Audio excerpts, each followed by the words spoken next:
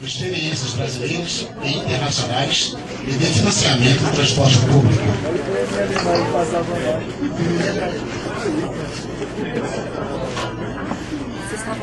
Convidamos para compor a mesa e seu mediador, o senhor Nilo Rony Nobre Barros, conselheiro do Conselho de Desenvolvimento Econômico e Social do Distrito Federal.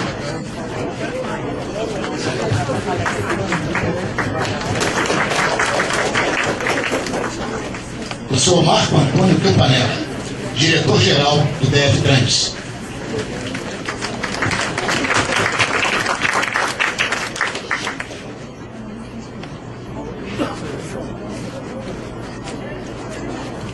O senhor Lúcio Gregory, da Universidade de São Paulo, USP.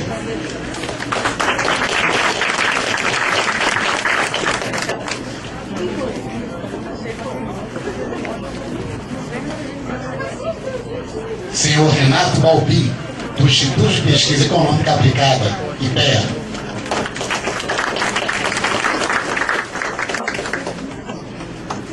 E o senhor Everton Octaviani, prefeito da cidade de Agudos, São Paulo.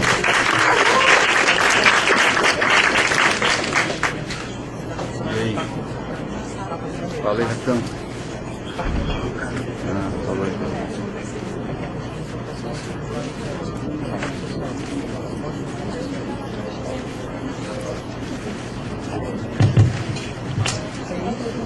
Inicialmente, eu gostaria de dar boa tarde a todos e a todas.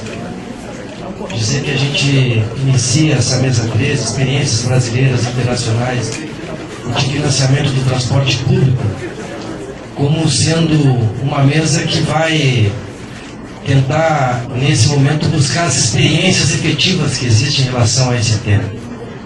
E dizer que acho que todos os conselheiros que aqui estão ainda, né, já se sentem realizados por esse evento, uma vez que ele é um tema que efetivamente interessa para toda a sociedade e a gente conseguiu trazer até agora, e ainda amanhã durante o dia, né, as diversas opiniões sobre esse tema, né? Não só sobre o tema do financiamento, mas toda a complexidade que envolve a mobilidade urbana, o transporte público, enfim, que está hoje nesse evento aqui sendo debatido.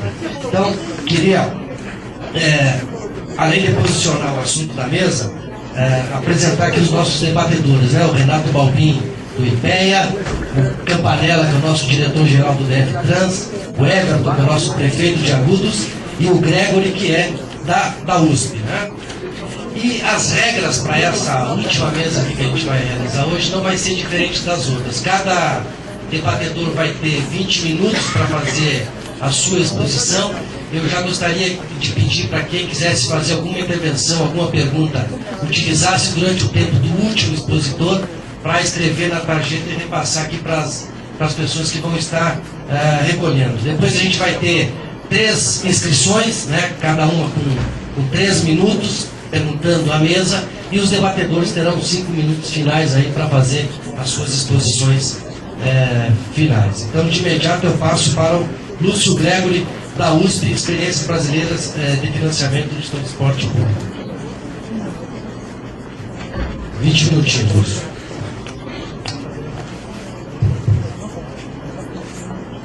Boa tarde. Agradeço o convite do CDS para participar desta mesa. Agradeço a aluna e todo o pessoal que me apoiou para que isso fosse possível. Queria prestar alguns esclarecimentos preliminares antes de iniciar minha fala. Primeiro, eu sou da USP exclusivamente por formatura, não sou professor da USP, sou formado apenas em Engenharia Politécnica de São Paulo.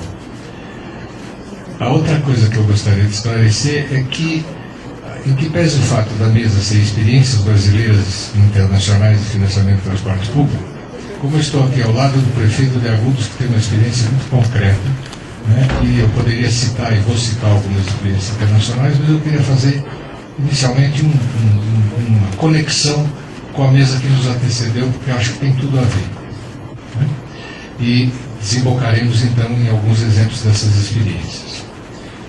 A primeira coisa que me chamou a atenção foi que, por resultado do que aconteceu nos meses de junho e julho, e é isso que é importante frisar, chegou-se a um outro patamar de discussão na questão da mobilidade urbana no Brasil.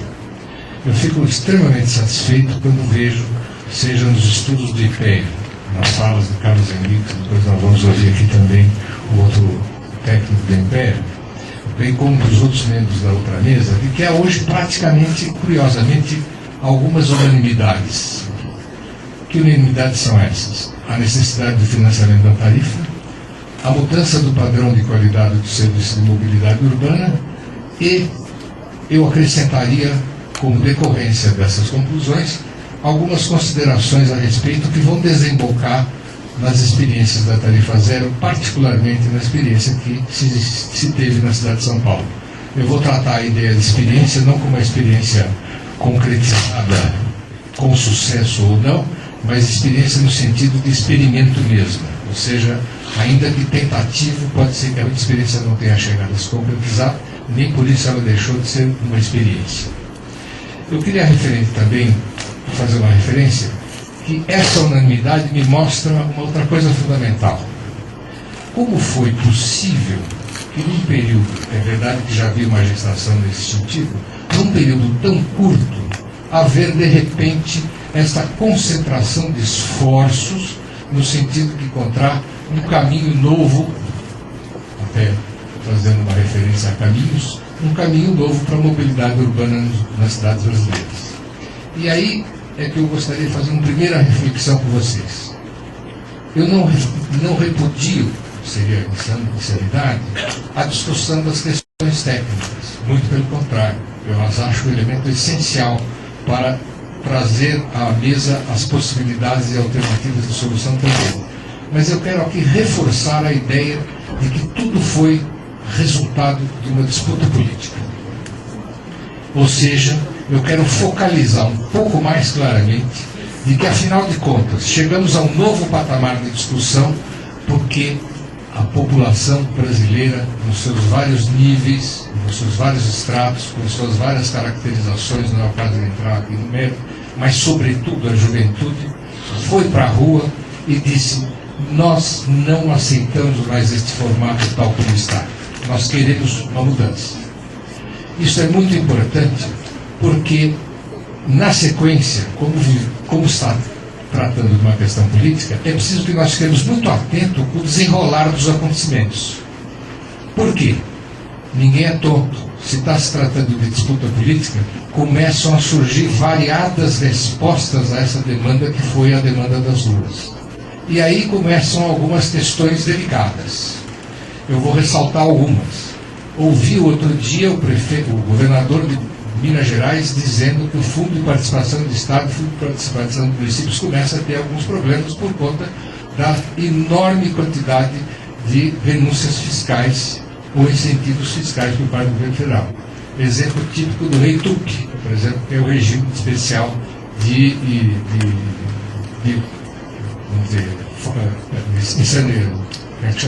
incentivos, ou em outra palavra me falta agora, de tributos para o transporte público urbano. Isso é uma solução. Quero chamar a atenção de vocês para o seguinte: eu posso dar outros exemplos, mas eu vou ficar nesse. O governo já tinha feito a renúncia, muitas prefeituras fazem a renúncia do ISS, assim por diante. Ora, isso começa a parecer uma resposta um pouco imediatista, eventualmente, à demanda que foi feita, e perigosa. Por quê? Se não forem respostas estruturalmente consistentes, robustas, mais dia menos dia, o problema vai reaparecer e aguçado. E como eu não desejo em absoluto que o Brasil viva um terreno de discussões de rua eternas e de lutas entre PM e jovens, no qual seguramente os jovens serão sempre perdedores, eu procuro ressaltar que precisamos encontrar soluções consistentes, robustas, sérias e que não fujam do problema. O problema é a disputa de recursos públicos do Estado brasileiro, nos seus vários níveis.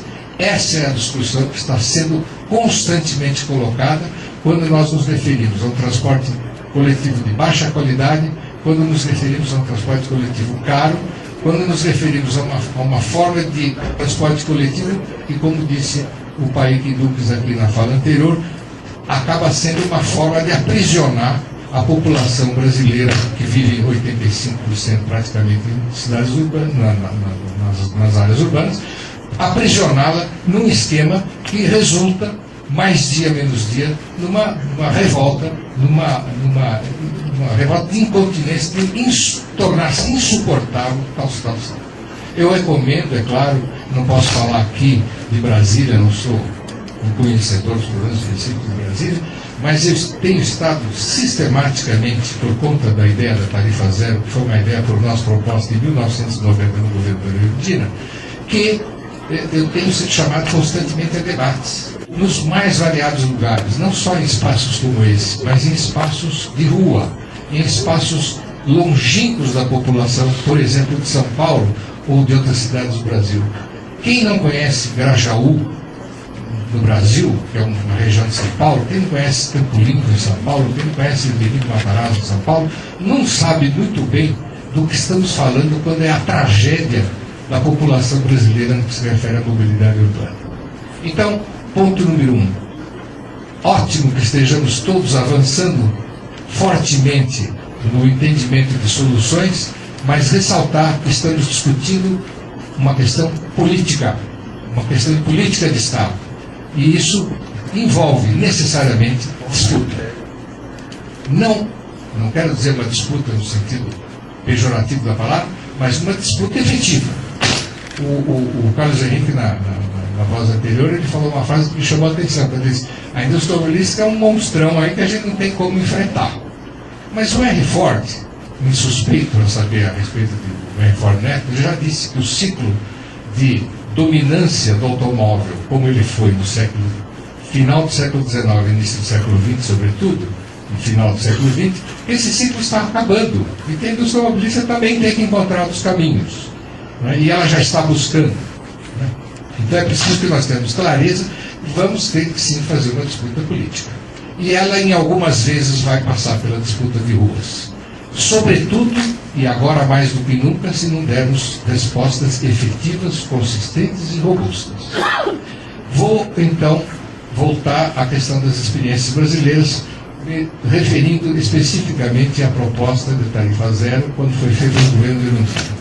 Eu gostaria de fazer duas pequenas correções da mesa anterior, ao Paik, que não foi propriamente numa mesa de chopp em Fortaleza que eu transmiti ao governo para se livrar a ideia da tarifa zero, mas assim no Sindicato de Jornalistas, num debate público no dia 15 de outubro de 2005. Não que não tenha havido a mesa de chopp, mas ela ficou no outro estágio. E também queria corrigir a ideia do que o Carlos Henrique colocou aqui de pé, quando ele disse que a proposta da tarifa zero foi um torpedo no prestígio da Erundina. Isso não é verdade. Foi muito pelo contrário. Eu quero dar fatos históricos para você.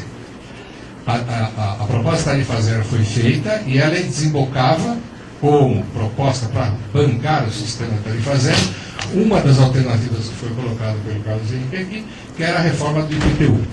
Se fazia uma reforma do IPTU progressivo, né, pelo qual 33% dos imóveis de São Paulo eram isentos de IPTU.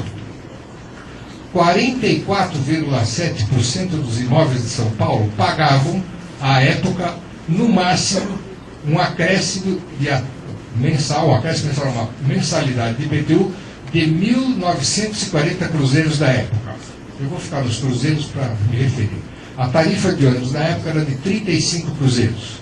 Se você fizer uma hipótese de que duas pessoas fizessem 2 deslocamentos dias, moderadamente e conservadoramente pensando em 22 dias, elas gastariam R$3.080, cruzeiros, por mês. Como elas pagariam de IPTU 1.980 na classe superior dos 44,7%, elas ficavam no lucro. Isso numa estimativa conservadora, imaginando que as pessoas fizessem só 2 viagens de transporte coletivo dia, ida e volta, as 2 pessoas. Portanto, 77,7% da população de São Paulo ficava no lucro com a tarifa zero e com a reforma tributária proposta. Não foi por outra razão que uma pesquisa feita, e isso está publicado, os senhores puderem verificar, feita pelo Instituto Toledo Associados em novembro, dezembro de 1990, apontou que 76% da população entrevistada era a favor da reforma tributária proposta e esta reforma bancasse a tarifa zero de então proposta. Portanto, a Câmara dos Vereadores, ao não votar, não votou em favor da maioria da população, mas a favor dos 25% que não queriam essa reforma tributária, apesar de assim mesmo, frações dela ainda ficariam no lucro. É o caso das empregadas domésticas, em que os patrões pagam a tarifa, e, portanto, essa contabilidade não foi feita, talvez, adequadamente. Portanto, muito ao contrário, não foi a tarifa zero que despencou o prestígio da Luiza Erundina. O que existe é uma disputa política efetiva, em que os 25% que fizeram com que a Câmara votasse contra a maioria da população continuam sendo aqueles que fazem maior peso nas decisões de governo da nossa sociedade. E isso, senhoras e senhores, não tem nada a ver com a tarifa zero em si.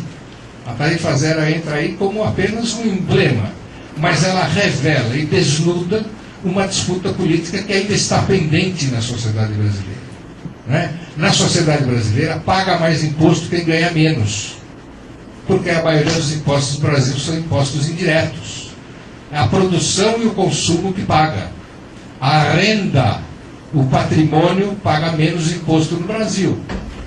Né? Então, esta distorção vai originando as tentativas de solução, que eu, com todo respeito, chamo de soluções meia-boca, que é uma tentativa, aliás, tradicional até certo ponto na história do Brasil, que é a solução meia-boca. A gente vai ajeitando. Quem conhece os trevos das estradas brasileiras sabe muito bem o que eu estou falando. Acho que deve ter menos de 1% dos trevos sobre viadutos de estradas de rodagem do Brasil que tenham sido feitos de acordo com o famoso trevo. Né? Está tudo errado, tudo errado. Por quê? É a solução meia-boca. Falta um dinheiro, então a gente faz meia-boca aqui, faz meia-boca ali, faz meia-boca acolá, e o resultado é uma meia-boca geral, que resultou, no caso da mobilidade, numa manifestação pública que diz: nós não queremos mais meia-boca, nós queremos, como se foi dito algumas vezes, nós queremos padrão FIFA. Então vamos ao padrão FIFA. O que quer dizer um padrão FIFA de transporte coletivo? Quer dizer que todos os ônibus, eu vou falar dos ônibus em particular, depois podemos estender para outros modos, todos os ônibus serão de câmbio automático no Brasil, com as exceções necessárias em situações geográficas e topográficas específicas. Todos os ônibus terão ar-condicionado. Todos. Todos os ônibus terão suspensão pneumática ou a ar. Todos terão piso rebaixado, à exceção daqueles em que, em um ou outro caso, não for possível no seu trajeto. Né? Há que lembrar também que vários geradores de tráfego nas cidades, fruto da especulação imobiliária, desovam e geram inúmeras viagens sem nenhuma responsabilidade sobre isso. Portanto, há que se fazer o que eu chamo de um código de desempenho. Não é plano de mobilidade, é código. Código é diferente de plano. Plano é uma proposta, código é lei.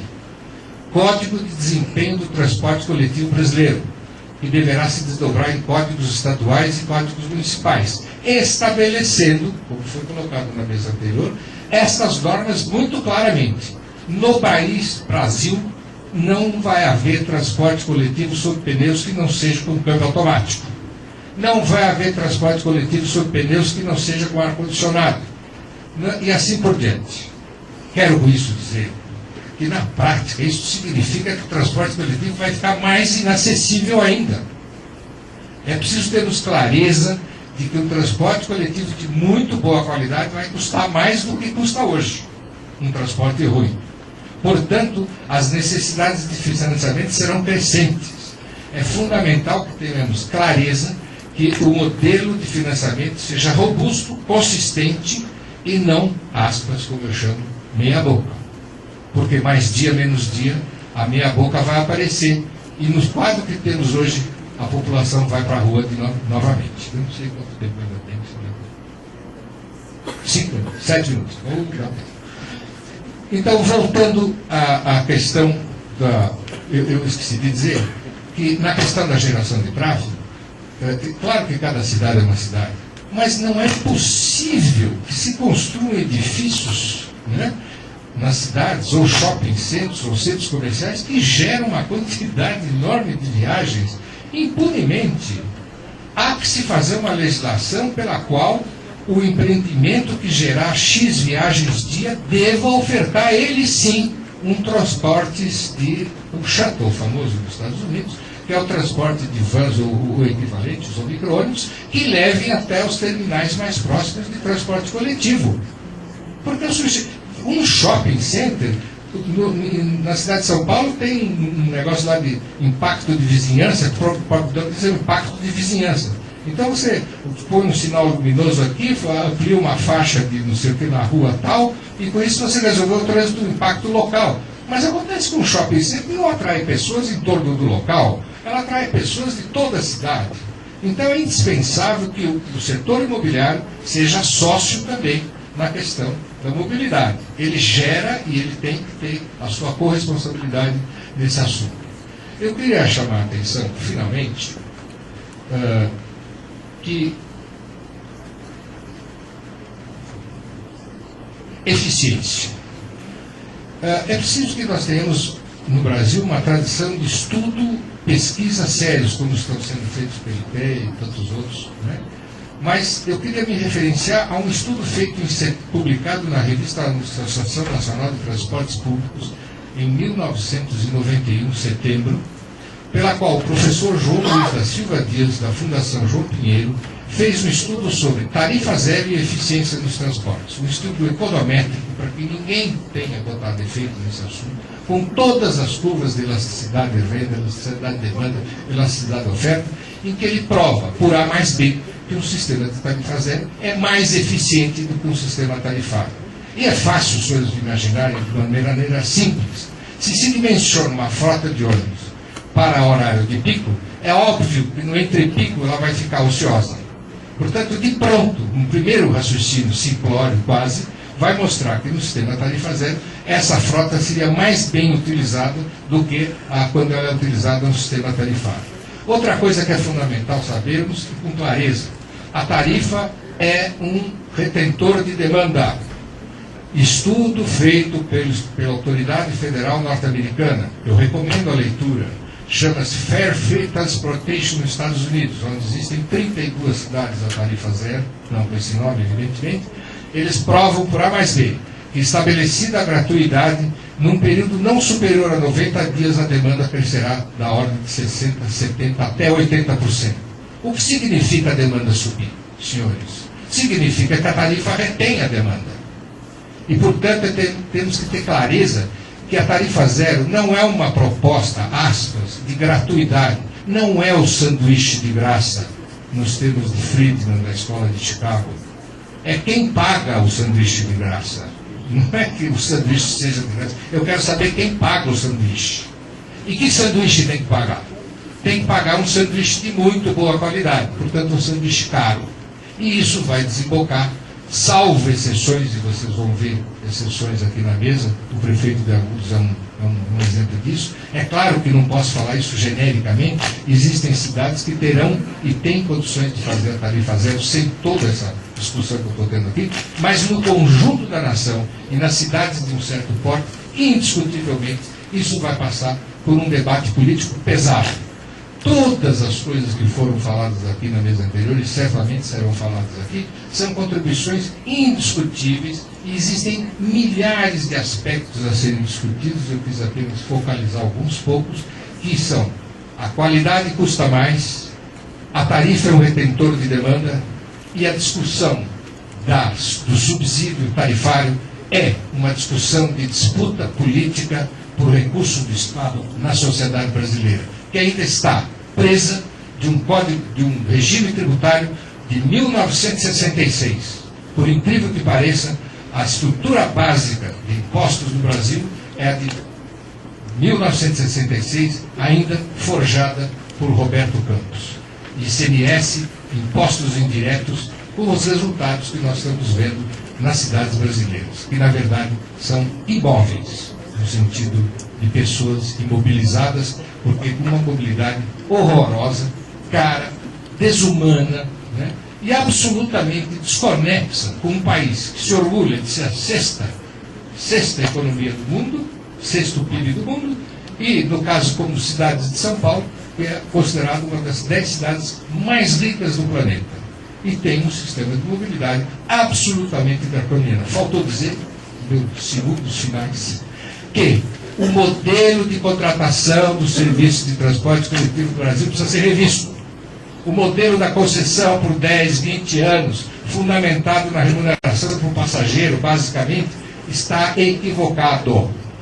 A experiência que tivemos em São Paulo de transformar num serviço de fretamento, em que as especificações estão dadas de operação nas linhas e se paga apenas o custo operacional, o custo de capital e a remuneração de capital, resultou, num prazo de 6 meses na cidade de São Paulo, numa inversão. Passou a ser negócio fretar ônibus, ao invés de diminuir a quantidade de ônibus para aumentar a rentabilidade do serviço, que é a lógica empresarial de hoje. Com isso, num período de 6 meses na cidade de São Paulo, nós aumentamos a frota de 8 mil ônibus para 10 mil ônibus, 2 mil ônibus em 6 meses, porque os empresários estavam muito interessados em fretar ônibus para a prefeitura. E, em consequência, se separou radicalmente o custo do serviço, aquilo que eu pago ao empresário, daquilo que eu cobro do usuário, que é a tarifa, que ainda é misturado nos velhos sistemas de concessão, em que a tarifa ainda é o fiel garantia do equilíbrio econômico e financeiro do contrato.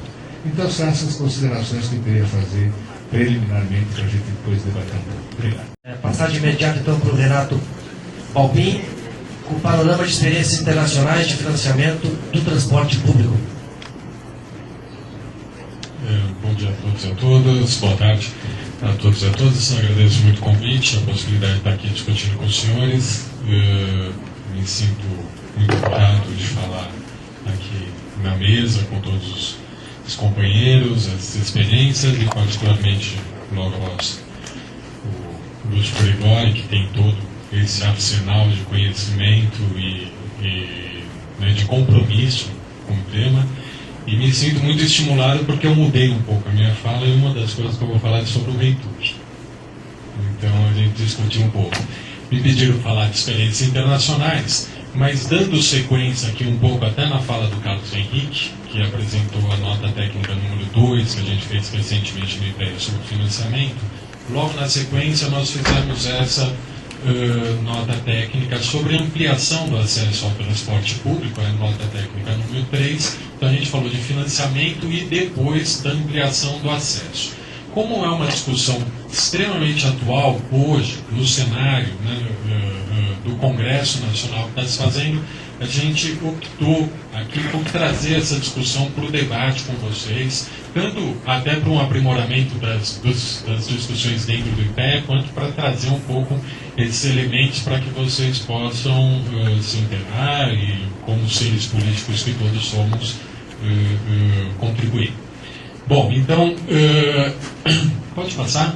A gente vai discutir um pouco essa ideia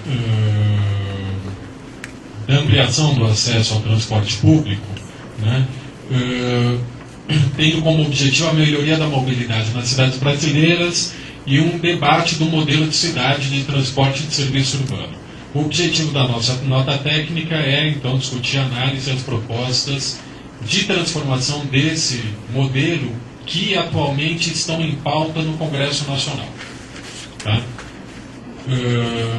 Vinculando aí a ideia da Política Nacional de Desenvolvimento Urbano com a Política Nacional de Mobilidade Urbana, que está votada, é lei, e que fala, entre outras coisas, em desoneração, está na lei, barateamento, gratuidade, tarifação, financiamento, integração, que devem ser tratados aí de forma conjunta, potencializando um ao outro. É esse o nosso entendimento, por isso o acesso ao transporte vem depois do financiamento, que a gente entende que esses elementos falam juntos, uma conversa junta entre desoneração, barateamento, gratuidade, tarifação, financiamento e integração. Por isso, Gregório, não falar, concordo contigo, desoneração, assim, pela desoneração, é algo muito complicado da gente falar. Mas falar num serviço essencial, público e social, que é o transporte nas cidades, a gente tem que falar assim, desoneração, porque não faz o menor sentido onerar com tributos um serviço que é essencial. É ilógico. Né? Próximo, por favor. Bom, uma agenda em disputa, o que está em tramitação na Câmara. São inúmeros projetos de lei no Congresso, na Câmara, no Congresso, né, que tratam do transporte. Tem vários temas: barateamento, acesso, gratuidade, muitos deles de maneira muito específica: barateamento, acesso, gratuidade para os Correios, funcionários do Correio, para policial e tudo mais. Há alguns projetos de lei que a gente está chamando de novos, que surgem pós-manifestação, alguns projetos de lei que são antigos, que têm, por exemplo, mais que 10 anos tramitando, e alguns deles que têm um trâmite normal. Em trâmite normal, Congresso Nacional. E alguns que se aceleraram bastante pós-manifestações. Né? A gente selecionou os projetos de lei que a gente vai apresentar aqui pela abrangência da proposta. Não vamos falar, por exemplo, de gratuidade para funcionário do Correio. Então, pela abrangência da proposta e também o destaque que eles têm hoje no debate. Ou seja, se eles estão acelerados, se eles estão acelerados e foram propostos pós-manifestações, etc. Primeiro deles, PEC 90, transporte público como direito social. Né? Depois, 2 projetos de lei que garantem gratuidade, e gratuidade a gente está entendendo aqui como instrumento de execução de uma política social. O primeiro, Vale Transporte Social, que é anterior às manifestações e se acelera muito pós-manifestações. E o segundo, Passe Livre Estudantil, que nasce pós-manifestações durante, no clímax total e vive em clímax. Esse é, assim, show de bola. Né? Show de bola para o Congresso. E depois a desoneração do transporte, que aí é um retupe mesmo. Né? Então a desoneração entendida aí nesse serviço essencial. Aqui, só para vocês terem uma ideia, esse aqui é o retupe. O retupe está há 10 anos no Congresso Nacional. Tá? A parte, aí é um gráfico que no eixo Y, né, mostra a movimentação de uma mesa, de uma comissão para outra no Congresso e tal. Tá? Azul é a Câmara, vermelho é o Senado, ele nasce na Câmara, e as barras, colunas, não barras, são o número de dias. Né? Então vocês veem aí, na parte cinza, é pós-manifestações. Olha o que acontece com a tramitação do REITUP. Tá? O REITUP chegou a ficar 678 dias para fazer uma movimentação entre uma comissão e outra, entre uma mesa e outra. Pós-manifestações, a média dele é de 1 dia e meio para se movimentar. Tá? Isso a gente está chamando de sensibilidade na tramitação. E é sensibilidade, sim. É a sensibilidade do Congresso Nacional às manifestações. Né? Só para dar uma ideia do que estamos falando. Próximo. O Vale Transporte Social, ele tramita em caráter conclusivo. Ele ficou aí 1 ano e 4 meses na Comissão de Seguridade Social e Família. Manifestações já passou para a Comissão de Viação e Transporte e dela sai para a Comissão Econômica e, se não tiver alteração, ele vai para promulgação. Passe Livre Estudantil, pós-manifestações, ele foi proposto pelo senador Renan Calheiros em 25 de julho. Tá? Ele já nasce em caráter conclusivo. No dia 27 é votado o regime de urgência. Né? E ele já passou pela Comissão de Educação, seguiu para a Comissão de Constituição e Justiça e hoje está vai estar passando para de assuntos econômicos. E a PEC 90, da deputada Erundina, que foi apresentada em 2011, também pós-manifestações ela segue um trâmite um pouco mais rápido e já vai para a CCJ, né, onde é aprovada na ordem do dia e em seguida cria-se uma comissão especial. Lógico, há um interesse aí nessa discussão, criou-se uma comissão especial. Próximo. Bom, transporte público, nosso fundamento aqui. Transporte público como direito e política social pressupõe que a gente assegure esse direito e que a gente garanta o exercício do direito. Né? Assegurar o direito, por exemplo, é que você institua uma gratuidade. E garantir é que você tenha recurso para sempre pagar essa gratuidade, para fazer os investimentos, etc., para que haja o transporte. Gratuidade, a gente tem que falar, não é sinônimo de política social. Política social se faz de outras tantas maneiras, sendo uma delas gratuidade. A gratuidade é mais do que necessária, mais do que justiça social no país, quando a gente fala que nos níveis de renda mais baixos se chega a gastar 15% do orçamento familiar para deslocamento, sendo que boa parte das pessoas não se deslocam dessas famílias. Aquela que se desloca onera a família em 15%. Né? Então, política social de gratuidade é sim necessária. Se a gente vai discutir se é como em Agudos, que é para todos, ou se a gente vai discutir que é para uma parcela, mas ela é necessária sim. Sim, em todas as cidades. Porque essa é, assim, o quadro mais explícito. Você tem uma parcela grande da população que não se desloca. E quando se desloca, onera em até 15% a família com esse pequeno deslocamento. Pronto. Política Nacional de Mobilidade Urbana já define esse forte conteúdo social, que é universal, universalizante, a instituição de sistemas de transporte que promovam a inclusão social e o acesso a todos, a justiça social, a equidade, a justa distribuição dos benefícios, né, e dos ônus e a sustentabilidade socioeconômica. Ela também define algumas coisas, como já disse. Está lá, gratuidade está definido. A política, como lei, ela fala que a gratuidade está autorizada, deve existir. Assim como o subsídio cruzado, não interno ao sistema, mas entre, por exemplo, o automóvel e o ônibus, etc. E a taxação dos outros modos ou setores da economia, exemplo o exemplo francês do versement transport. Por exemplo, você pode taxar o mundo do emprego para pagar uma parte do transporte. Bom, a PEC 90, quando ela fala do transporte como um direito social, o importante é falar assim, não é simplesmente ir lá e colocar o transporte entre os direitos sociais e fazer uma análise um pouco restrita e pensar em gratuidade. Como o social é muito mais do que gratuidade. Gratuidade é importante. E dentro dos outros direitos sociais, é pensar o transporte junto com lazer, segurança, trabalho, moradia, etc. Ao colocar no mesmo capítulo, não é o transporte que se torna social. É o transporte que, junto com esses outros, é social. O que é mais do que lógico, porque eu não tenho lazer, moradia, segurança, saúde, etc. Eu não consigo chegar até isso. Né? Bom, próximo, senão eu vou me adiantar muito. Exemplos onde a gratuidade é total.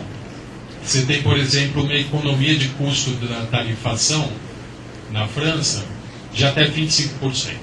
A gente fez os cálculos precisos, e para cálculos precisos, um dos companheiros dessa nota técnica está aqui, o Vicente, que amanhã é outro do IPEC, amanhã eu falo com vocês.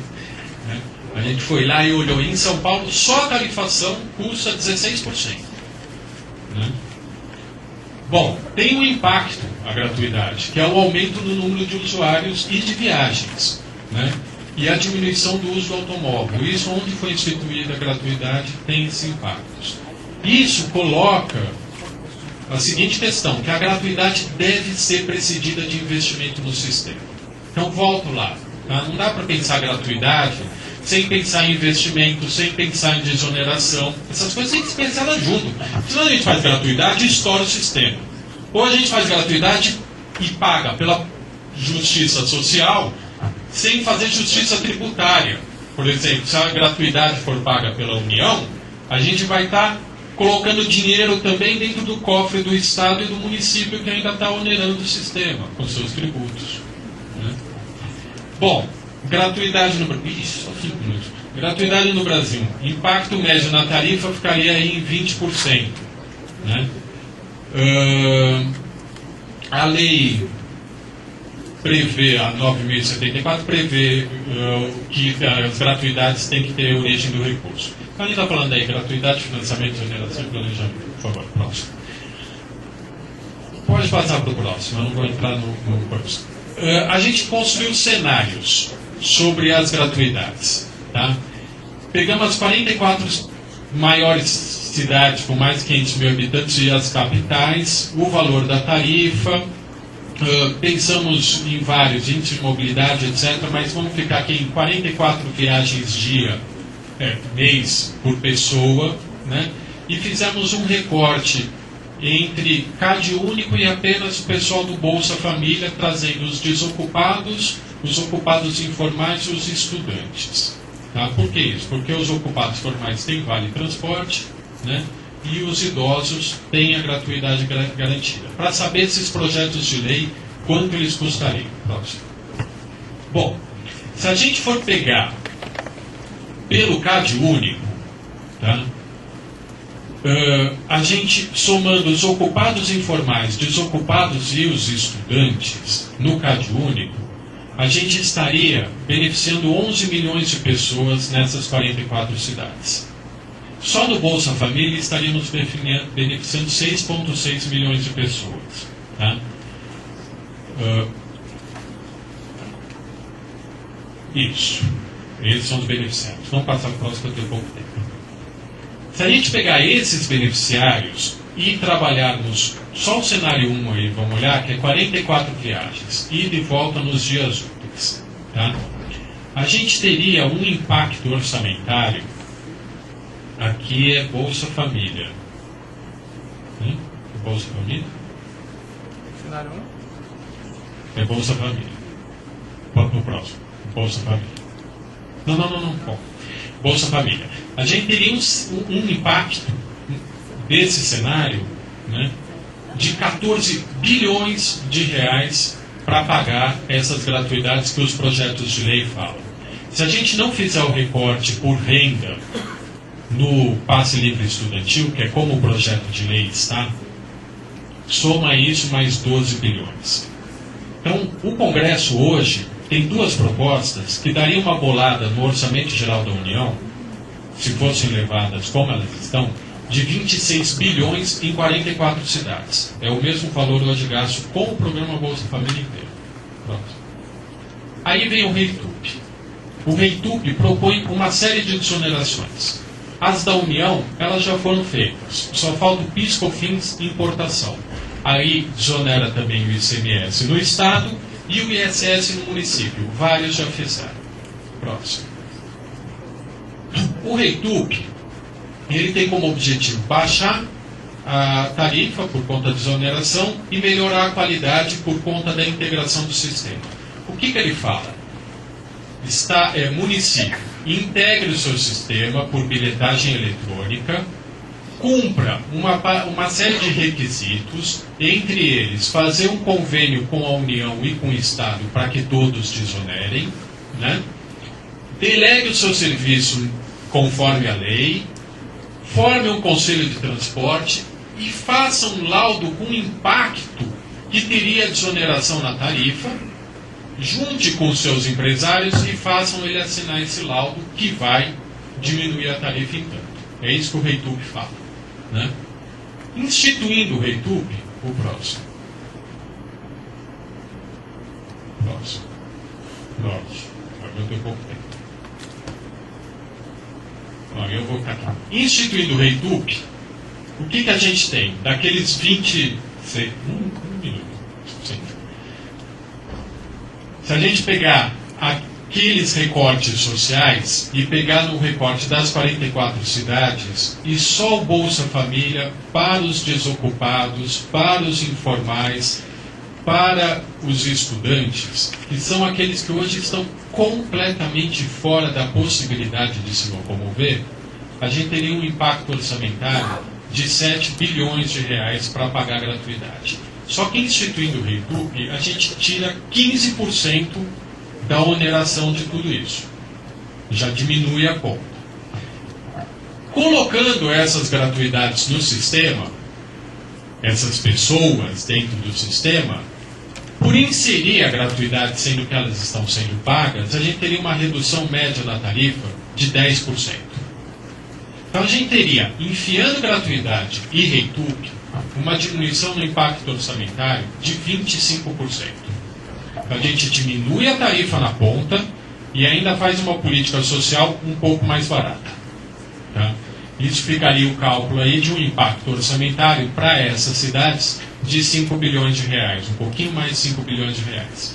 A questão principal, viu, Gregório, é que a gente teria, junto com o REITUP, esse início de um sistema de regulação colocado, em que a gratuidade ou as desonerações, elas acontecem num ambiente que tem um conselho de transporte, que tem um laudo econômico, que tem planilhas abertas, que as empresas, por lei, devem, inclusive, informar toda a sua contabilidade e etc.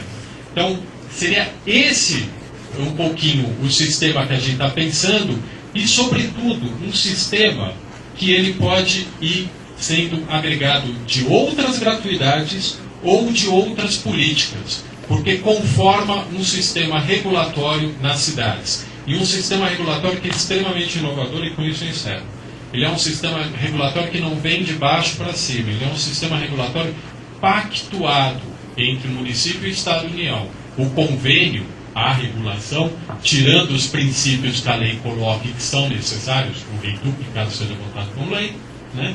Os demais elementos, por exemplo, o Código de Desempenho do Transporte Público, poderia e tem um ambiente fundamental para que ele ocorra, Gregório, num convênio federativo, porque a gente tem que lembrar que estamos numa federação entre município, Estado e União. Então eu espero ter convencido o Gregório e mais alguns aqui para apoiar essa ideia. Muito obrigado, gente. Espero ter contribuído. Passar de imediato a palavra então para o nosso prefeito de Agudos. Segundo mandato, né, doutor? Otaviano.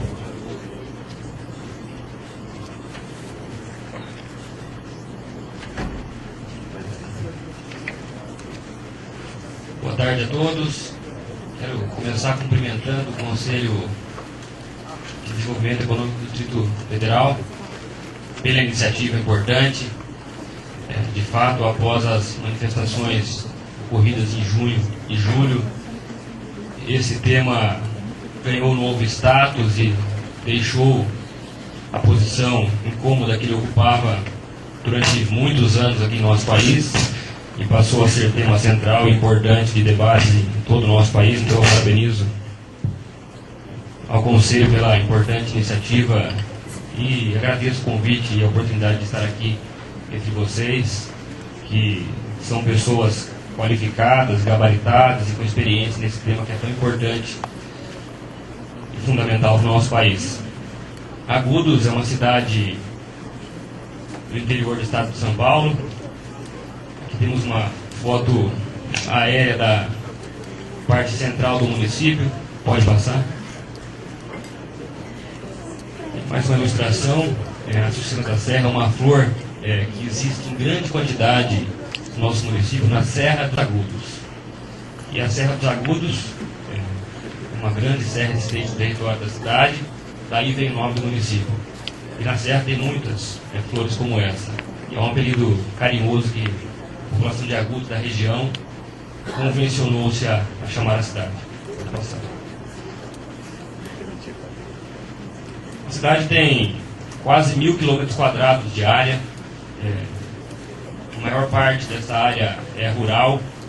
Temos muitas propriedades rurais e a concentração urbana está em aproximadamente 20 km². Aqui uma ilustração que mostra o aquífero Guarani, em que Agudos também está inserido, um aquífero que contempla 4 países diferentes, e Agudos também ganhou notoriedade pela qualidade da água. E aqui está mostrado nesse slide a posição do município de Agudos em relação ao estado, e também ao aquífero Guarani. Pode passar. Aí dá para ter uma noção do tamanho do território da cidade. Somos vizinhos de Bauru, que é a nossa sede administrativa, uma cidade com quase 400 mil habitantes, e também faz divisa com o município de Agudos. assim como Pederneiras, Piratininga, Paulistânia, Lençóis, Iaras, Águas, Santa Bárbara, Espírito Santo e Santa Cruz do Rio Pardo. Fica a 320 km da capital, São Paulo, próxima do aeroporto de Bauru, 15 minutos, próximo da hidrovia Tietê-Paraná. É servido pelos trilhos da LL, então nós chamamos essas características que a Agudos possui e que a coloca no centro de troncamento rodoferroviário. Mais algumas características importantes: a cidade tem 115 anos, tem 40 mil habitantes, faz parte da micro-região de Bauru. O bioma predominante é o cerrado. Enfim, pode passar. Uma foto com uma amplitude maior e com ângulo melhor, onde nós conseguimos enxergar praticamente toda a área urbana do município, com exceção a um distrito que o município possui, chamado Domélia, que dista aproximadamente 70 km da sede. Dá para ter uma ideia do tamanho do território que a cidade tem.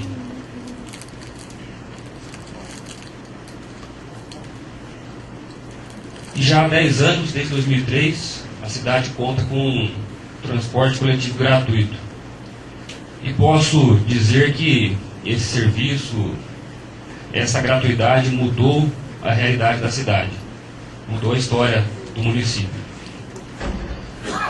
No início nós implantamos, eu digo nós porque é nosso grupo que atua na cidade já no 4º mandato e fizemos parte desse processo de transformação ampla pelo qual a cidade vem passando. Nós identificamos que a cidade precisava de incentivos sociais e muita atuação na área social. Então o motivo principal era oferecer ao cidadão condições de economia, proporcionar economia ao cidadão que pagava, na época, R$ 1,50 pela passagem e não tinha qualidade alguma. Dificilmente os ônibus chegavam aos destinos, motivados por quebra, por problemas mecânicos. E, analisando este cenário, o candidato a prefeito da época, em 2000, que inclusive é meu tio, ele assumiu um compromisso com a população de implantar o transporte coletivo gratuito. Na época diziam que ele era um louco, que ele era um demagogo, que não conseguiria fazer isso em hipótese alguma, que era mais uma mentira de um político mal intencionado. E ele próprio disse que aquilo não lhe rendeu nenhum voto, pelo contrário, caiu no descrédito, foi ironizado e ridicularizado em toda a cidade. Mas ainda assim acabou vencendo a eleição por uma diferença bem pequena, assumiu o mandato em 2001 e em 2013 ele conseguiu implantar o serviço que ele havia se comprometido com a população em fazer, que é o ônibus circular de graça. Então, só em termos de economia para o cidadão, nós temos uma conta surpreendente. Considerando-se o valor da tarifa da época, de R$ 1,50, o cidadão que usa o ônibus todos os dias, ir e voltar uma vez por dia, são R$ 13,00, vezes 30 são R$ 90,00 por mês. A média de pessoas por casa em Agudos é de 4 pessoas, uma conta vai para R$ 360,00, quase meio salário mínimo. Então nós conseguimos com isso comprovar a importância que essa obra social tem em termos econômicos e sociais para o município de Agudos. Mas isso moveu uma cadeia virtuosa que foi muito além da questão social e da economia proporcionada para os cidadãos. Porque desde 2003 nós pudemos observar que a cidade passou a viver um processo de desenvolvimento. A cidade tinha um comércio praticamente inexistente. E a proximidade com Bauru, inclusive, contribuía bastante para isso. E os cidadãos se deslocavam para o município vizinho para fazer suas compras. O comércio cada vez mais enfraquecido, lojas inexistentes, as ruas comerciais características das cidades com portas fechadas. E a partir desse advento de transporte gratuito, pudemos verificar um incremento muito grande nessa área, porque as pessoas passaram a ter a possibilidade de se deslocar de um local a outro sem custo algum. Isso potencializou muito esse setor. Lojas em quantidade expressiva para a nossa realidade foram abertas, lojas que nós que somos de municípios do interior e de populações que não chegam a 50 mil habitantes, como é o caso de Agudos, nunca esperávamos contar. Nós estamos hoje recebendo investimentos importantes. Quem passa pela cidade hoje praticamente não se identifica com aquela cidade de 10 anos atrás, onde parecia-se um centro fantasma. A cidade hoje é vibrante, nós temos isso verificado e confirmado com números bastante expressivos, inclusive. Além desse comércio revigorado, tivemos um incremento importante no setor de prestação de serviços, porque o prestador de serviço também passou a ter condições de ir até o seu serviço sem custos, sem despesas, gratuitamente. Isso também foi um estímulo ao empreendedorismo, aquele que buscou aprender uma profissão, buscou aprender a fazer algo para ter assim o seu sustento. Então nós tivemos essa ampliação importante no comércio, no setor de prestação de serviços e também na área da indústria, porque, entre outros motivos, muitas indústrias passaram a procurar o município de Agudos para levar os seus investimentos. Empresas importantes lá já instaladas sentiram firmeza no município e também ampliaram suas produções. Então, certamente, o transporte gratuito, essa tarifa zero, de forma unânime observada pelos munícipes agudenses, além de ser uma política social eficaz, que é comprovada pela economia proporcionada, também moveu uma cadeia virtuosa econômica na cidade. Ainda não tivemos condições de mensurar isso, mas certamente especialistas, economistas podem verificar que, apesar de haver sim um custo de manutenção, um custo de implantação, um custo considerável para esse serviço, também acaba agregando valor pela receita que foi ampliada no município pelo advento da movimentação da cadeia econômica da cidade. Então nós somos defensores ferrenhos do passe livre, porque vivemos em um município onde funciona, onde a realidade deu certo, sabemos das particularidades e peculiaridades existentes em cada município, existentes também pelo porte das cidades e pelo tamanho. Nós temos plena convicção de que o passe livre é uma realidade, é possível em qualquer cidade, independente do porte. Basta, claro, para grandes centros, capitais, um planejamento estratégico mais amplo, planejamento financeiro mais amplo, auxílio do governo federal, dos governos estaduais, para que isso seja possível, para que isso seja viabilizado. Sabemos que hoje, para cada R$1 investido em transporte coletivo, são investidos quase R$30, se não me engano, em transporte individual. É um absurdo, uma conta que vai totalmente na contramão do momento que nós estamos vivendo hoje. Além disso, nós sabemos também que nos últimos 12 anos, o IPCA, que é o Índice de Preços ao Consumidor, teve saldo de inflação acumulado em 125%. E as tarifas do transporte coletivo aumentaram 192%, bem acima do IPCA. E ainda pior do que isso, os custos para aquisição de automóveis, de motocicletas, os custos para o transporte individual tiveram um incremento de só 44%, ou seja, 1/3 da inflação. Então nós temos que apoiar esses movimentos diversos que têm acontecido pelo país realmente, para que possamos conseguir uma reversão, uma inversão desses valores, uma inversão dessa situação que tem causado um desconforto muito grande em nosso país. Eu tenho aqui um vídeo do nosso município que fala um pouco do transporte, mas está sem áudio, né? Está sem áudio. Clica nele para a gente ver as imagens e ter uma ideia só do...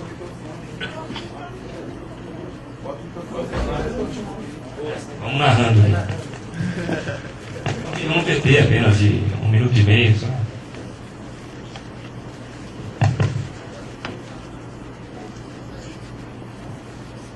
Cidade em ação.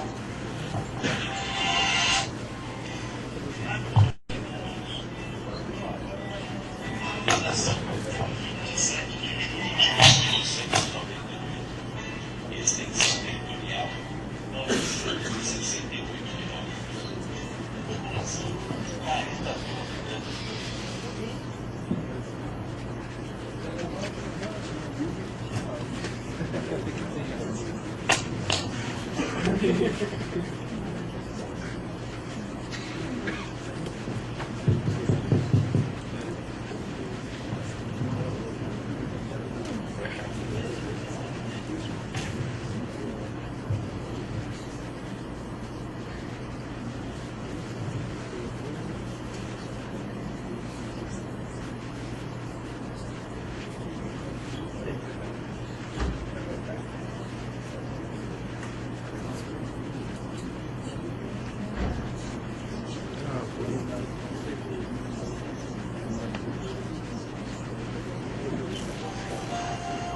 de Agudos, uma cidade em ação.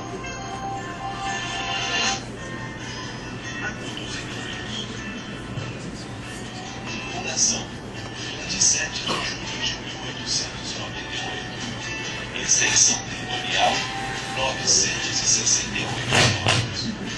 População 40 mil habitantes.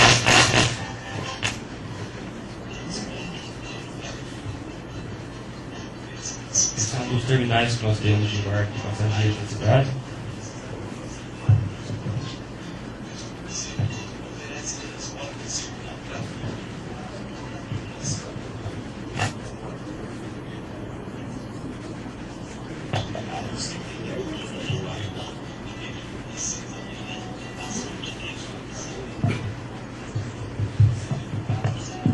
Acessibilidade e câmera de monitoramento.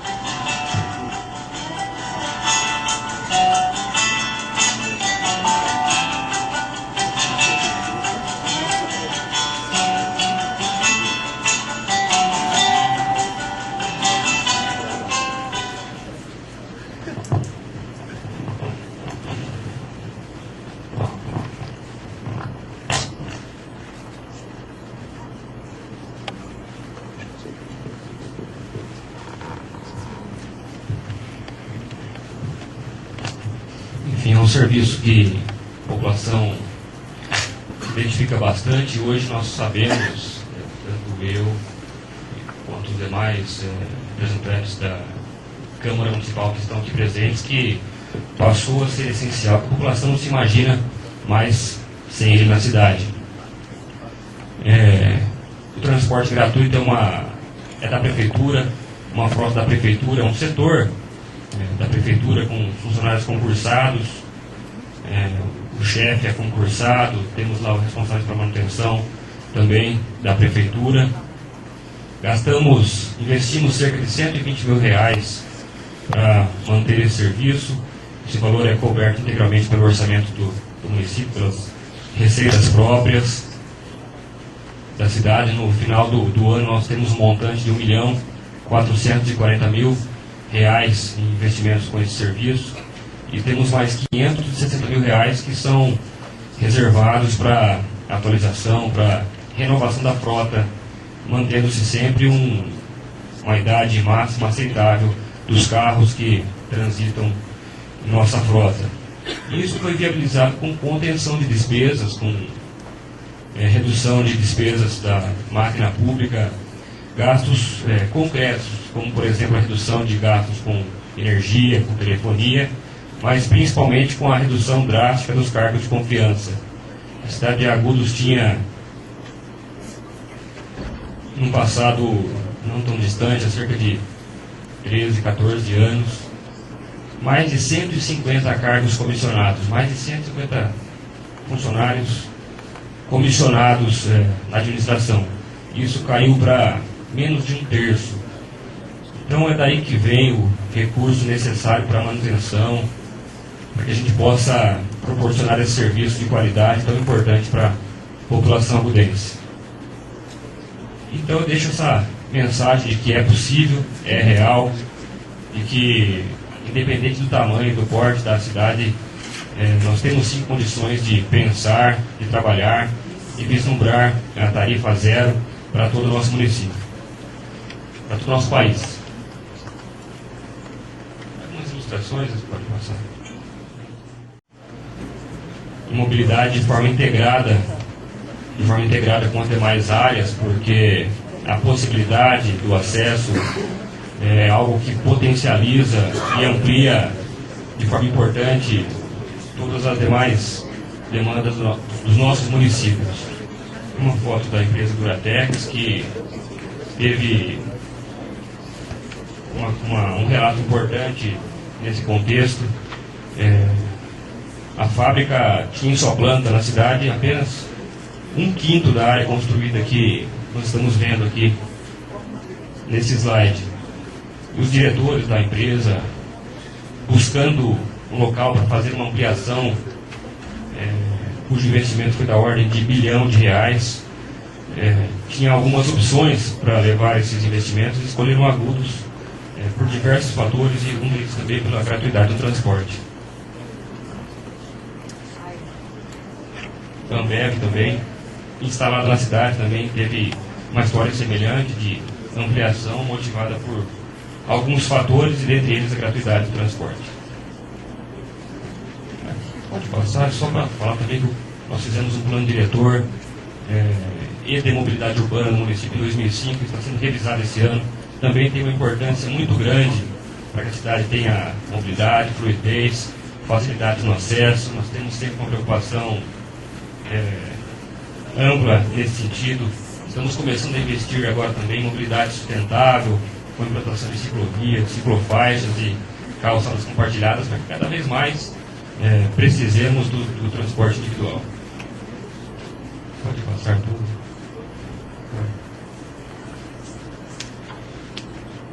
Está restaurado. Pode passar. Uma foto de uma das entradas da cidade, onde nós temos uma caixa d'água identificada com o nome de Agudos, uma frase aqui de Jesus Reino. E apesar dos esforços técnicos, dos esforços políticos, apesar das tendências verificadas, nós atribuímos sempre a ele, a Jesus, as condições alcançadas nesse nosso mandato. E dizer que a cidade de Agudos não é nenhum paraíso, não. A impressão que eu vi aqui para dizer que a cidade não tem nenhum problema, que é uma cidade que tudo está resolvido. Não, pelo contrário, temos obstáculos, temos sim enfrentamentos diários, como na área da saúde, que é um país de dificuldades inúmeras. Temos problemas com o consumo de drogas, que nós temos batalhado também, assim como todos os países. Mas estamos caminhando, evoluindo, sempre pensando em primeiro lugar o cidadão, principalmente no menos favorecido. Muito obrigado, estou à disposição para as perguntas depois. Espero ter contribuído, agregado aqui ao seminário. Obrigado, Everton. O Everton estava confidenciando aqui, enquanto estava passando o vídeo, que todo mundo que está no plenário está convidado a visitar Agudos, e uma coisa está garantida: o transporte vai ser gratuito, viu, gente? Ninguém vai precisar pagar o transporte lá, não. Eu queria passar agora para o nosso último palestrante, não menos importante, o nosso diretor-geral do DFTrans, Marco Antônio Campanella. Boa tarde a todos, nossos cumprimentos aos integrantes da mesa, a todos os membros do Conselho de Desenvolvimento Econômico e Social, que teve essa iniciativa importante de discutir assunto que está hoje dominando o cenário político nacional, não apenas por conta das manifestações que aconteceram nesses últimos meses, que colocaram o tema da mobilidade urbana como uma das suas prioridades, mas também em razão do próprio esgotamento das cidades de porte médio, das cidades de porte grande, as metrópoles brasileiras, nessa área da mobilidade. Temos assistido aí um cenário de absoluta falta de planejamento dessas cidades, desses centros urbanos, planejamento urbano muito próximo de zero. Tivemos aí um descaso quase que completo com as áreas de engenharia voltadas para a mobilidade. Tivemos aí, somado a isso também, baixos investimentos em infraestrutura, baixíssimos investimentos em infraestrutura. É só comparar os investimentos feitos por grandes cidades brasileiras, não só na tecnologia rodoviária como metroviária, com outras cidades do mundo, e nós vamos identificar aí uma defasagem imensa em relação a esses outros centros urbanos, como também diante das imensas demandas existentes nos centros urbanos brasileiros. Esse é um diagnóstico, acho que todos nós concordamos. Essas manifestações colocaram a questão da mobilidade no centro das discussões e certamente ajudaram muito os gestores públicos, políticos em geral, a pensarem mais o transporte, que era tão relegado ao segundo plano, nas suas prioridades. Até porque todos aqui que me antecederam colocaram muito bem que a qualidade de vida hoje nas cidades brasileiras, que abrigam hoje a maioria da população do nosso país, diferentemente do que acontecia 80, 70, 50 anos atrás, está diretamente subordinada à questão da mobilidade. As pessoas não querem apenas morar bem, as pessoas não querem apenas ter bons equipamentos domésticos dentro das suas residências, as pessoas não querem apenas ter um bom poder aquisitivo. Tivemos aí certamente alguns avanços nesse sentido nos últimos anos no Brasil. As pessoas querem qualidade de vida e a qualidade de vida está diretamente vinculada à questão da mobilidade, na medida em que hoje, por falta exatamente desse planejamento, da falta de investimentos, as pessoas, infelizmente, a grande maioria, não mora perto de onde trabalha e não tem perto da sua residência os equipamentos sociais, os equipamentos públicos, equipamentos de lazer, que são indispensáveis para a garantia dessa qualidade de vida. Nós, aqui em Brasília, a realidade nossa não é muito diferente. Um determinado governador dizia um tempo atrás que aqui o homem é formado por cabeça, tronco e rodas, em razão da grande dependência com o transporte. Empregos excessivamente centralizados aqui na região do plano piloto e arredores. Temos aqui aproximadamente 70% dos empregos formais aqui nessa região. Temos aqui os equipamentos públicos também, equipamentos de lazer muito centralizados nessa região. As nossas regiões administrativas são regiões dormitórias, as pessoas dependem de forma brutal do transporte e, ao longo do tempo, em função do descaso com o transporte por coletivo, foram migrando para o transporte individual. Esse é um cenário que nós assistimos em praticamente todo o país, né? Guardadas aí as proporções, as realidades de cada centro urbano, essa é uma situação que nós vemos em todo o país. Migraram para o transporte individual, até por conta também de um interesse econômico subjacente que existe em nosso país, como de resto em toda a América Latina, de um setor da nossa economia, dominado basicamente por grandes corporações estrangeiras, asiáticas, europeias e norte-americanas, que controlam o mercado nacional de carros, de veículos que garantem que asseguram esse transporte individual. E nós sabemos o peso político, o peso econômico que esse segmento tem na nossa sociedade, em nosso país. Isso não é diferente. Nós temos aí um modelo hoje, o incentivo ao uso do carro individual é cada vez maior e que acaba afetando, inclusive, as pessoas de modo geral, como se o carro fosse um elemento de ascensão social. Enfim, há uma questão aí de natureza cultural mesmo. É muito fácil você sair do ônibus e ir para o carro. É muito difícil voltar do carro para o ônibus ou para qualquer outra modalidade de transporte coletivo. Mas o futuro está no transporte coletivo, sob pena de nós inviabilizarmos os nossos centros urbanos, as nossas cidades, como já estamos inviabilizando, né? Essa é uma situação que se vê na maioria das metrópoles brasileiras. Brasília é hoje a terceira do país, se nós somarmos aqui a população do entorno mais próximo. Portanto, é preciso realmente soluções urgentes para que nós possamos dar prioridade ao transporte coletivo. Soluções urgentes em matéria de investimento, infraestrutura, soluções urgentes em matéria de novas tecnologias rodoviárias, metroviárias, e soluções urgentes também em modelo de gestão que seja capaz de garantir a qualidade do serviço à nossa população. Em Brasília nós estamos vivendo uma experiência, estamos aprendendo ainda com essa experiência desde o início do governo Agnello. Nós assumimos o controle de um sistema que estava nas mãos das empresas, iniciamos uma licitação que está sendo concluída aqui agora do todo o sistema de ônibus, que vai implicar na renovação da frota, na integração do sistema, e também integração tarifária, temporal e física, que vai implicar na implantação de um sistema de tecnologia de controle de frota e de informação ao usuário, de integração de todas as modalidades.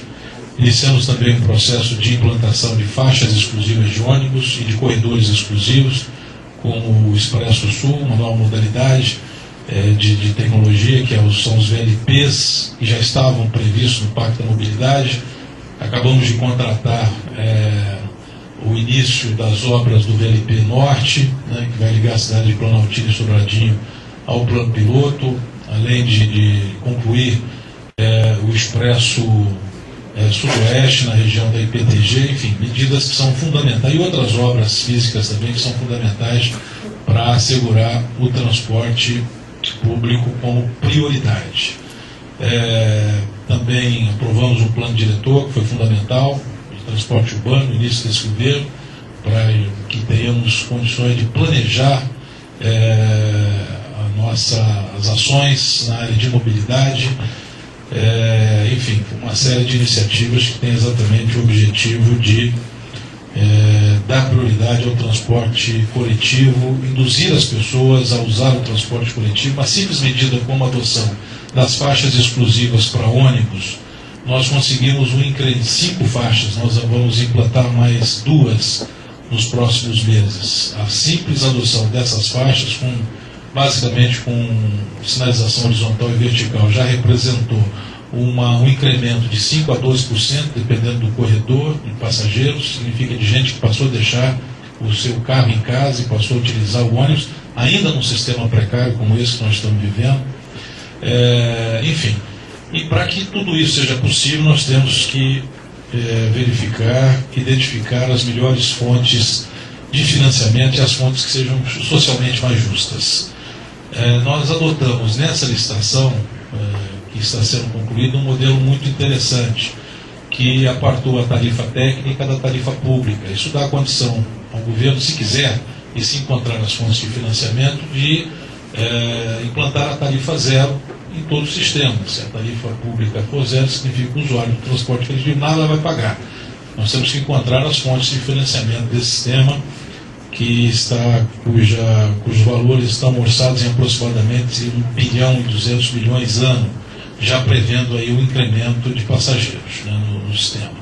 O governador Aguinaldo é um entusiasta da ideia da tarifa zero. Tanto é que no início desse governo ele instituiu uma comissão de estudo para tratar do assunto.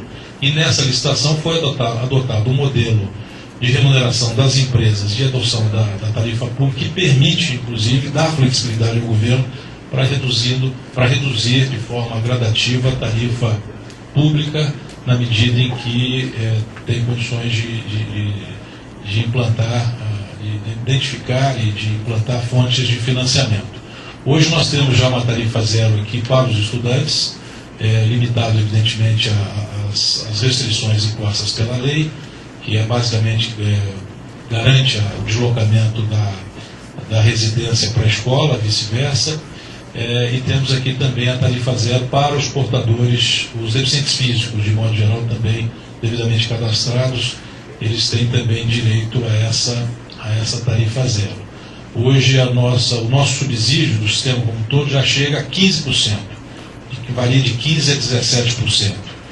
E assim que o governo chegou em 2011, adotou essa política de procurar manter a tarifa pública, não mexer na tarifa pública, que já estava inclusive congelada aqui há 5 anos, exatamente para garantir a melhoria do serviço e, com isso, identificar outras fontes que sejam capazes de sustentar e financiar esse sistema. A meu ver, essas fontes têm que vir principalmente daquele segmento da sociedade que insistir em utilizar o transporte individual. Eu acho que nós já estamos debatendo, inclusive dentro do governo, com as áreas competentes, a possibilidade, por exemplo, de carimbar uma parte do IPVA para financiar o transporte público coletivo. Temos também os estacionamentos, que poderiam ser utilizados como uma fonte de financiamento. Nada contra os automóveis, aqueles que quiserem insistir usar o automóvel, mas tem que pagar por isso. E não tem sentido hoje um cidadão sair de uma cidade distante com o seu carro, ele basicamente o único condutor, que ele pesa em média 70, 80 quilos, né, que estacionaram um carro que pesa quase 1 tonelada, ocupando o espaço urbano que deveria estar sendo reservado às pessoas, enfim, às atividades de convivência das pessoas, as praças, né, atividades esportivas, culturais. Alguém tem que pagar essa conta. Eu nosso ver, quem tem que pagar essa conta é quem usa o carro, quem insiste em utilizar o carro. Ele não é proibido de utilizar o carro, mas tem que pagar por isso. Tem que pagar o estacionamento, o IPVA, eu acho que seria uma fonte, poderia também ser uma fonte de financiamento. Aí dá toda uma discussão também na área federal, em relação ao Vale Transporte, em relação ao imposto sobre o combustível, que acabou em nosso país, poderia ser também uma outra fonte de financiamento do transporte coletivo. Enfim, nós teríamos aí, poderíamos continuar exercitando aqui, né, alternativas socialmente justas. E a meu ver, a alternativa mais socialmente justa é aquela que tira do bolso de quem insiste em utilizar o transporte individual para financiar quem usa o transporte coletivo. Essa me parece que é a lógica socialmente mais justa que deveríamos buscar, no sentido de marchar gradativamente, de uma maneira segura, sustentada, para o que chamamos de tarifa zero.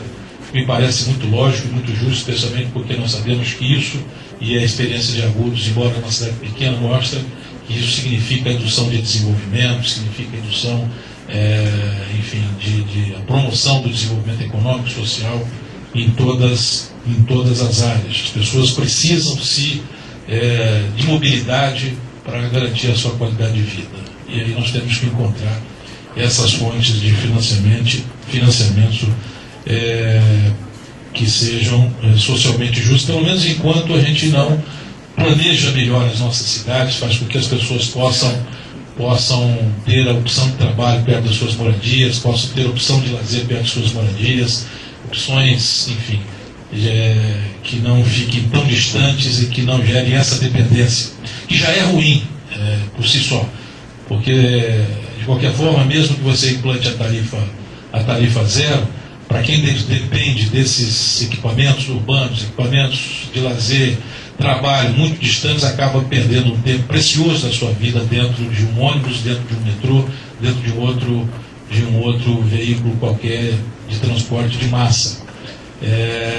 Uma pesquisa, não sei, eu vi esse dado, eu não estou me lembrando exatamente a fonte, que mostra que do tempo útil que as pessoas têm, das pessoas que trabalham, o tempo útil que elas têm, hoje elas gastam aproximadamente 30% desse tempo útil dentro de um carro, dentro de um ônibus, ou dentro de um outro transporte qualquer. Isso é de uma perversidade, isso acaba retirando um capital humano, né, que deveria estar produzindo, estudando, enfim, se desenvolvendo, e acaba sendo tragado por essa situação infernal, hoje reinante principalmente nos grandes centros urbanos do nosso país. Aqui em Brasília nós estamos vivendo essa experiência, estamos estudando objetivamente outras fontes de financiamento que possam reduzir a tarifa pública, que foi congelada ao longo desse governo, exatamente para que nós possamos dar um serviço público de qualidade. A tarifa técnica, inclusive, que é o instrumento de remuneração das empresas, e ganhar essa licitação, ela vai variar não apenas em função dos custos do sistema, ela vai variar também em função de índices de qualidade que serão apurados ao longo frequentemente, exatamente para que nós possamos garantir a remuneração, o equilíbrio econômico do sistema, mas, acima de tudo, a qualidade do serviço prestado à população, especialmente aquela que depende do transporte coletivo. Essa é a nossa contribuição e coloco à disposição dos senhores para eventuais perguntas. Um abraço.